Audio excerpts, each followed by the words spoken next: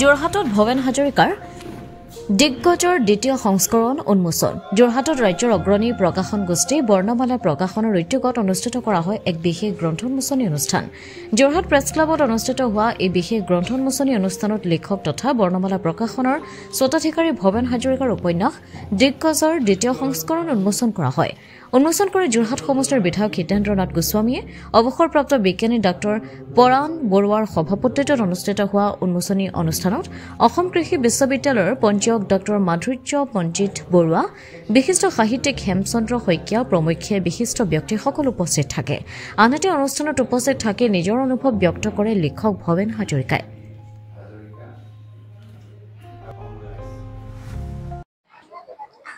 দিগ্গজ আসলে দ্বিতীয় সংস্কৰণ মুকলি হৈছে প্ৰথম সংস্কৰণটো আমি 28 তাৰিখৰ দিনাখন উন্মোচন কৰিছিলোঁ কিতাপ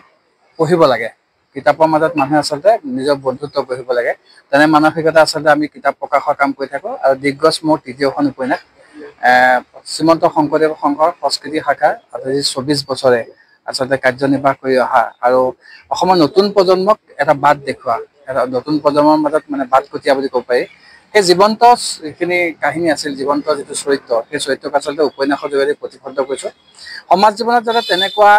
চৰিত্ৰক লৈ মানুহে আদৰ্শ হিচাপে অনুসৰণ কৰি যি আমাৰ উদাসীন পৰম্পৰা আছে বা যি উদাসীন আমাৰ জীৱন এটা আছে সেই জীৱনটোৰ মাজতে আমি আচলতে যেনেকৈ ভোগৰ জীৱন যাপন নকৰি ত্যাগৰ জীৱন যাপন কৰিব লাগে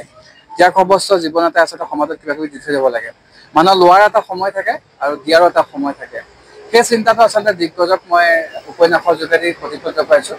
লক্ষ্য একেটাই যে সমাজত ভাল কাম কৰা ভাল হোৱা সমাজৰ এটা চাম সৃষ্টি কৰিব পৰাকৈ আচলতে মানুহে কাম কৰিব লাগে মই আচৰিত হৈছিলোঁ যেতিয়া দিগ্গজৰ কথা মোৰ মনলৈ আহিছিল তেতিয়া এটা চৰিত্ৰৰ লগত প্ৰায় 15-20 জন মানুহ সভাই সমিতি হওক বা যিকোনো অনুষ্ঠানত খোজকাঢ়ি গৈ থকা দেখিছোঁ মই ডাঙৰ ডাঙৰ নেতা বা বেগম নেতা পাৰ্টি নেতাৰ লগত মানুহ যোৱা মই দেখিছোঁ কিন্তু এজন মানুহৰ লগত 10-15 জন মানুহ একেলগে শাৰী পাতি যোৱাটো বা লগত সময় পাই যোৱাটো মই কেতিয়াও দেখা নাছিলোঁ আৰু সেইকাৰণে আচলতে দিগ্গজ মোৰ উপন্যাসৰ চৰিত্ৰ হৈ পৰিছিল আৰু ভাল লাগিছিল সেইকাৰণে উপন্যাসখন কৰিলোঁ প্ৰথম সংস্কৰণ শেষ হৈছে আজি দ্বিতীয় সংস্কৰণ মুকলি কৰিছোঁ আৰু আশা কৰিম যে অসমীয়া মানুহে কিতাপ পঢ়িব আৰু মই আটাইতকৈ ভাল লাগিল যে শ্ৰীমন্ত শংকৰদেৱ সংঘৰ যিখন সংগী আছিল তেখেতসকলে কিন্তু কিতাপখন খুব আন্তৰিকতা আঁকোৱালি লৈছে তেখেতসকলৰ কথা আছে বুলি নহয় আচলতে তেখেতসকলে ইতিবাচক চিন্তা ইতিবাচক কিতাপ তেওঁলোকে বিচাৰি পাইছে সেইকাৰণে লৈছে বুলি মই ভাবিছোঁ আৰু সেইটো আজি তাৰিখত বৰ্ণমালা প্ৰকাশনৰ বা লেখক হিচাপে মোৰ সাৰ্থকতা বুলি মই অনুভৱ কৰিছোঁ যোৰহাট নগৰৰ মাজমজিয়াত মুকলি হ'ল অত্যাধুনিক সা সুবিধাযুক্ত বিলাসী অতিথিশালা শ্ৰাংগিল্লা হোমষ্টে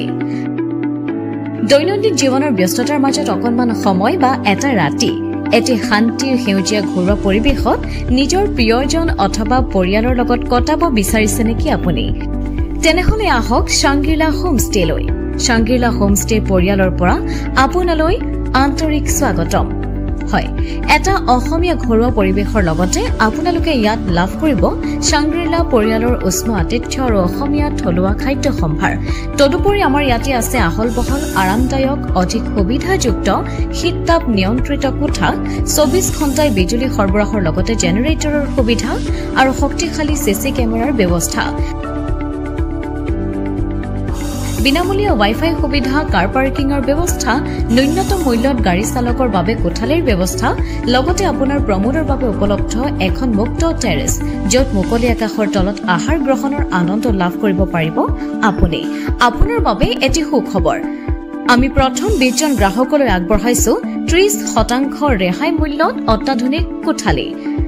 3 জনৰ বাবে উপলব্ধ কোঠা 3000 কিন্তু বৰ্তমানৰ মূল্য 2100 টকা প্ৰতি নিশা 2 জনৰ বাবে উপলব্ধ কোঠা 2500 টকা কিন্তু বৰ্তমানৰ মূল্য 1750 টকা প্ৰতি নিশা তেনেহলে পলম নকৰি এতিয়াই আমাৰ শ্ৰাংগিল্লা হোমষ্টেলৈ আহিব পাৰে আপোনাক স্বাগতম জনোৱা হৈছে আমাৰ পৰিয়ালৰ তৰফৰ পৰা অধিক জানিবৰ বাবে আমাৰ যোগাযোগ নম্বৰত যোগাযোগ কৰক আমাৰ ঠিকনা ডিচিবি ৰোড হেমবৰুৱা পথ তৰাজান কাকতি গাঁও যোৰহাট